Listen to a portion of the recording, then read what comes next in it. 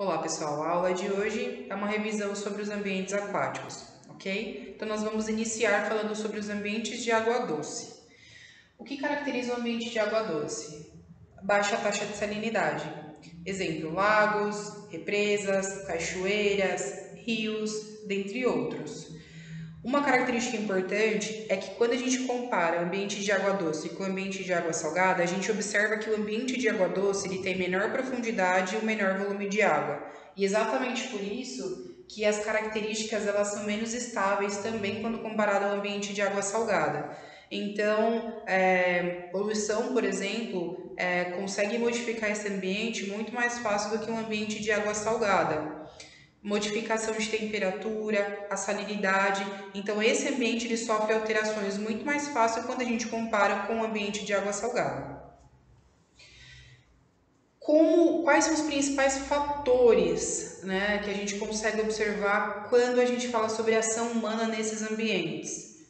Primeira coisa, a destruição de nascentes. Então, a urbanização ela tem gerado a destruição de nascentes, o que é um sério problema que a gente consegue observar, justamente porque a gente começa a fazer uma poluição, né, já, por exemplo, desde a nascente, o que vai gerando poluição em toda a água que essa nascente vai levando para várias regiões. A pesca indiscriminada é um sério problema, a gente modifica, na realidade, a biodiversidade da região, fora que a gente destrói o ambiente também com essas pescas, principalmente ilegais. Despejo de esgoto, então, quanto maior a urbanização, a tendência é que isso aconteça mesmo. Então, a gente tem ainda uma precariedade, né, nas redes de esgoto. Destruição da mata ciliar. Então lembra que a mata ciliar são aquelas matas que ficam em volta ali desse ambiente de água doce. Quando a gente faz a retirada dessa mata ciliar é um sério problema, porque além dela ter um importante papel em manter esse ambiente mais puro, evitando poluição, um grande problema é que ele fixa, né, o solo, ele faz com que o solo ele fique rígido naquela região. A partir do momento que eu tiro a mata ciliar, eu faço com que os deslizamentos eles aconteçam, gerando o que a gente chama de assoreamento, que é impedir o curso d'água.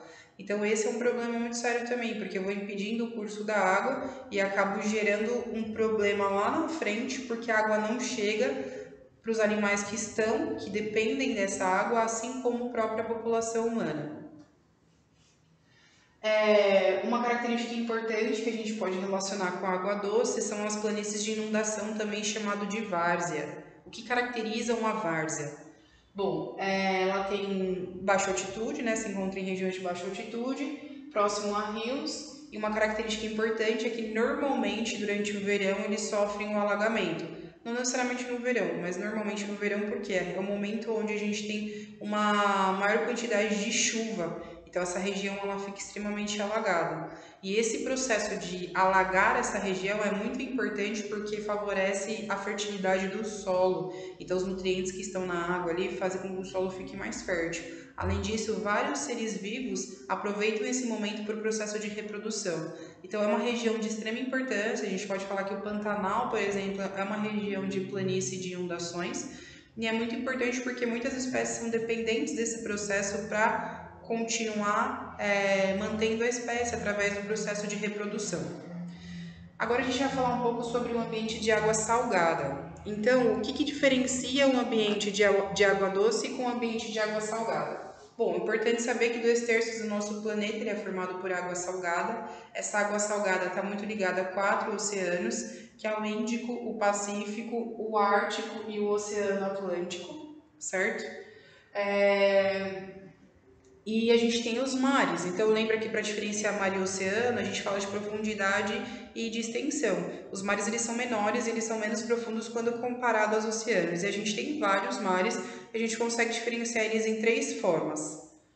Eles são mares fechados, abertos ou o que a gente chama de mares interiores. Qual que é a diferença? Os mares fechados, eles são mares que não se comunicam com oceanos, então eles são restritos entre eles. Os mares abertos são aqueles que se comunicam com oceanos. E os mares que a gente chama de mares de interiores são aqueles que se comunicam com oceanos, porém através de passagens bem pequenininhas. Né? Não é como um mar aberto, que ele já encontra o oceano, né? Então ele vai passando por regiões bem estreitas que dá caminho a contato com os oceanos, tá ok? Um exemplo de mar aberto, a gente pode falar o Golfo do México, de mar fechado é o Mar do Aral, e a gente tem os mares de interiores, como por exemplo o Mar Negro. Como que a gente consegue diferenciar também a água salgada da água doce? Então, assim, a água salgada, elas têm uma maior taxa de salinidade, certo? A água, ela tem um maior volume de água quando comparada à água doce, e além disso também eles são mais profundos. Então, diferente da água doce, eles já conseguem se manter mais estáveis. Então, temperatura, pH, para que haja realmente uma modificação desse ambiente, há necessidade de uma agressão um pouco maior quando a gente compara com a água doce, porque é muito profundo e ele é muito extenso também quando comparado também à água doce. E isso vai dificultar alterações no meio ambiente. Porém, devido à urbanização, a gente tem esse ambiente sendo muito modificado. Então, quais são os principais fatores que fazem a modificação desse ambiente quando eu relaciono com o processo de urbanização, né, com a ação humana? Vazamento de petróleo. Então, a gente teve em 2010, por exemplo, no Golfo do México, um grande vazamento de petróleo. Foi muito sério, foi muito difícil, na realidade, fazer a modificação, né, fazer a limpeza desse ambiente. A gente teve no início do ano também um derramamento de petróleo. E o grande problema é que o derramamento de petróleo, ele forma uma camada que impede a entrada de sol, assim como a troca gasosa. Então, os seres vivos que são fotossintéticos, por exemplo, que são a base da cadeia alimentar, eles não conseguem continuar se desenvolvendo. A troca gasosa não acontece. Então, você faz com que todos os seres que ali estão, né, todos os seres daquele ambiente, eles acabem morrendo. E um dos grandes problemas também é que existem muitos outros animais que dependem ali desse ambiente aquático para alimentação, por exemplo, aves. As aves elas fazem captura de peixes. Então você acaba gerando todo um desequilíbrio no ecossistema, todo um desequilíbrio na cadeia alimentar. Um outro problema são as pescas predatórias também, que é o mesmo caso que a gente tem na água doce.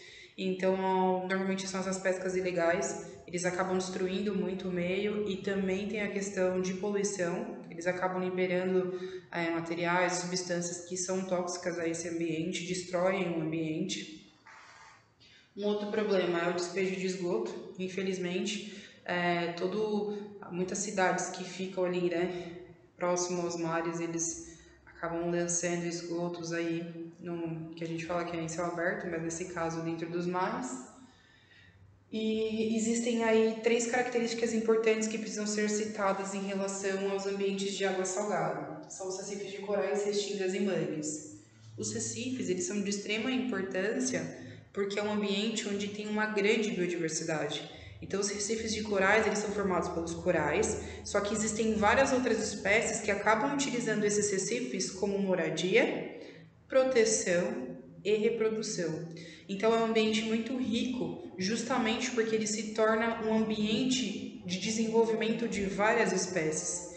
E o grande problema justamente está sendo a poluição dos mares.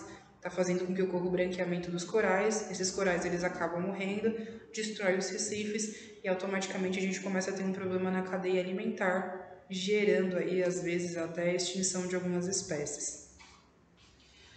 As restingas são aquelas vegetações que ficam próximo, né, à beira-mar, ali fica na região da margem, né, dos mares.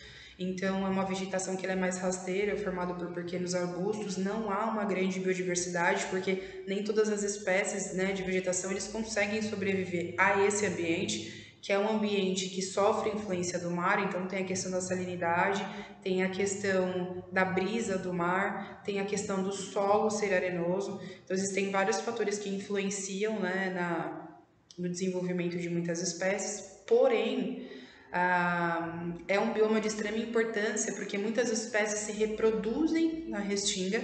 Então você tem muitas aves que fazem ninhos em épocas específicas do ano para o processo de reprodução.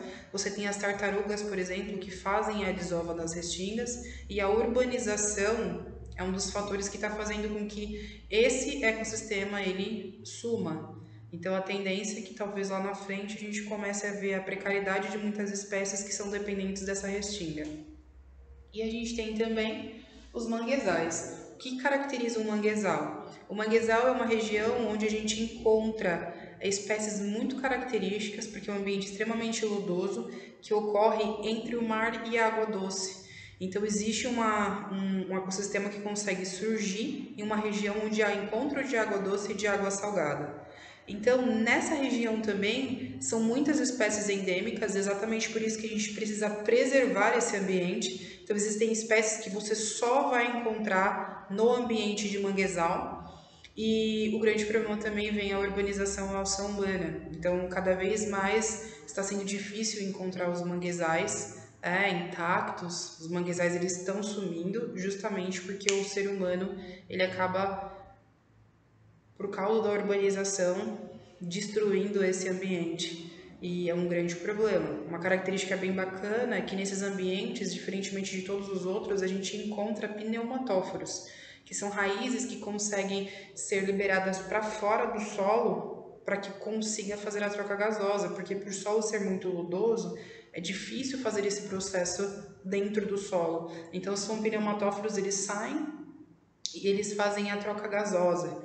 Raízes que são aéreas, justamente para que ocorra também fixação e até mesmo a troca gasosa. Então, são características específicas que nós encontramos nos manguezais.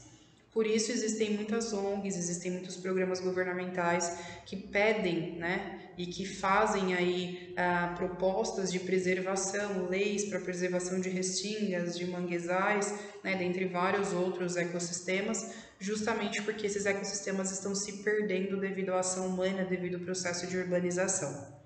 Tá ok? Até a próxima aula. Estudem. Qualquer dúvida será tirado na nossa aula online.